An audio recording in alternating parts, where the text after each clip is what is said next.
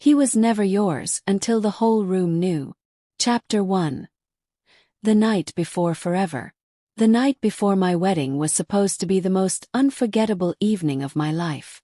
It was, but for reasons I never imagined. I was sitting alone in the hotel lounge, fingers wrapped around a tumbler of whiskey. My tuxedo was already hanging neatly in the room, the vows written and tucked safely in my inner pocket. Outside the glass walls, the city lights shimmered like stars trying to reach the ground. Inside, I was trying to calm the storm in my chest. Upstairs, my fiancée, Lena, was with her bridesmaids getting ready for our big day.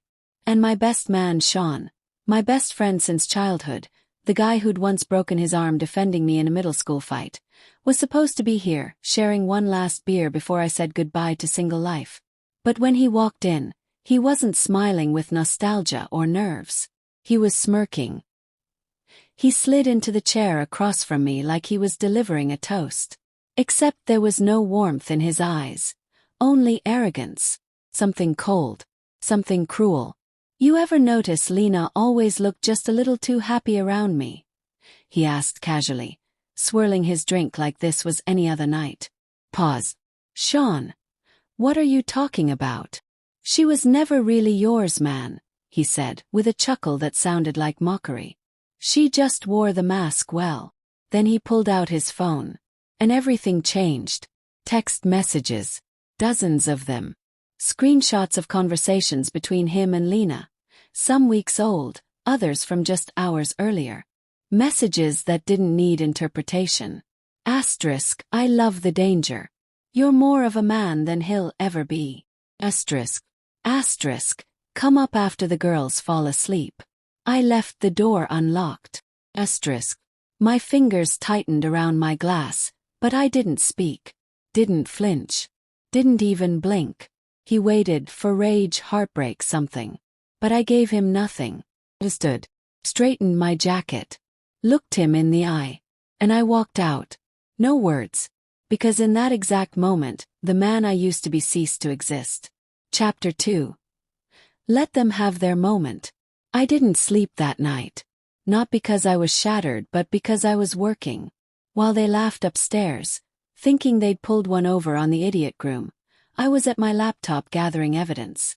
When Sean had shown me his phone, he didn't realize I'd tapped AirDrop under the table. Every screen he flipped through buzzed directly into my device. Then I logged into Lena's iCloud. She never signed out of my MacBook. We'd shared everything while planning the wedding. That included her photos, her texts, deleted or not, and her hidden notes folder. What I found wasn't just betrayal. It was contempt. Her private journal read like a confession. Asterisk, "One last night of freedom before I marry a golden retriever in a tux." Asterisk, "They'd made me a joke. Bet. A checklist item to be mocked behind closed doors." Archived everything. By 3 a.m. I had a folder titled The Send-Off, containing screenshots, videos, GPS logs, hotel keycard activity, even hallway surveillance footage outside her suite. They thought I'd never suspect a thing. That was their mistake. By 7 a.m. I was dressed and walking into the venue, smiling like a man ready to say, "I do." I shook hands, hugged my groomsmen, even gave Sean a pat on the back. He smiled like he'd won. Let him. Chapter 3. The show must go on. At 11:45 a.m., guests were seated. The string quartet was playing softly. Lena was upstairs in her dress. Sean stood beside me at the altar, fixing his cufflinks. And then the lights dimmed. I'd arranged a short surprise video to play for our guests before the ceremony. Something romantic, I'd told the planner. What they got was the truth.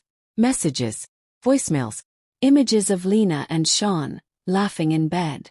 Her voice. Asterisk, "He'll never find out." Asterisk, his reply. Asterisk, "Let him keep chasing his fairy tale." Asterisk, the final image. A still photo of them in the honeymoon suite. Time-stamped, undeniable. Gasps echoed through the room. Lena came running down the stairs, mascara streaked and trembling. Sean stood like a statue, jaw locked, sweat gathering at his brow. I stepped forward, microphone in hand. There will be no wedding today, I said calmly. But there will be closure. I turned to Sean. You were my brother once. Today you're nothing. And I walked out. Chapter 4. Ruin comes quietly. By the time I reached the parking lot, my phone was already buzzing. Missed calls from Lena. Texts from family. Voicemails from Sean. I didn't answer any of them. The night before, I'd already removed my belongings from our shared apartment. The leasing office had been informed the lease would be terminated due to a breach of safety and trust. Lena no longer had a home. As for Sean, he was a junior partner at a boutique law firm. You'd think a lawyer would understand discretion. He didn't. I sent the send-off folder anonymously to his firm's ethics board. Included in that file, a few screenshots of him bragging about sharing confidential legal intel with Lena, trying to impress her by leaking details from a high-profile real estate case. Law firms hate liability. By Monday he was suspended. By Friday terminated for cause. I made sure to forward the evidence packet, quietly, to every firm he applied to afterward. No slander. Just proof. As for Lena, her curated bridal Instagram went silent for 2 days. Then she posted some vague healing journey message. Backfired. Screenshots from the video had already gone viral. She became a case study in betrayal. Sponsorships dropped her. Influencer deals vanished. Her golden couple image shattered. One comment stood out. Asterisk, hope the taste of freedom was worth choking on. Asterisk, she deleted everything within the week. Chapter 5. The final gift. 2 months later, I hadn't spoken a word to either of them. But I'd heard the aftermath. Lena moved back in with her parents. Her father cut her off financially. Her mother banned her from church functions. She wasn't the bride anymore, just the scandal. Sean tried to launch his own consultancy. Didn't go well.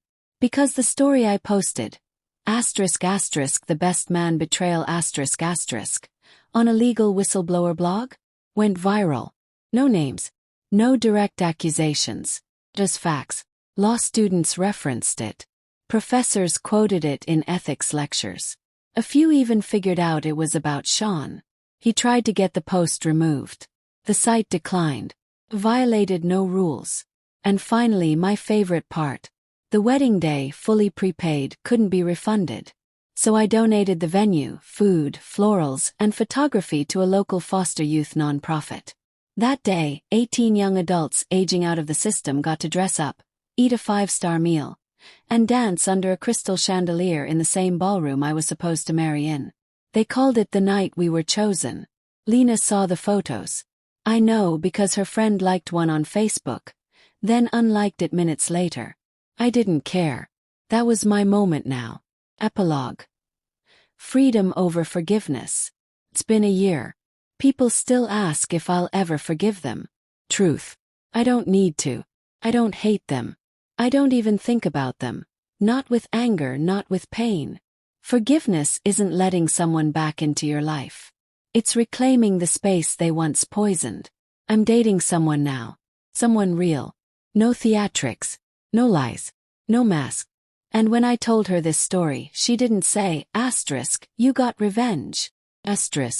She smiled and said, you got free.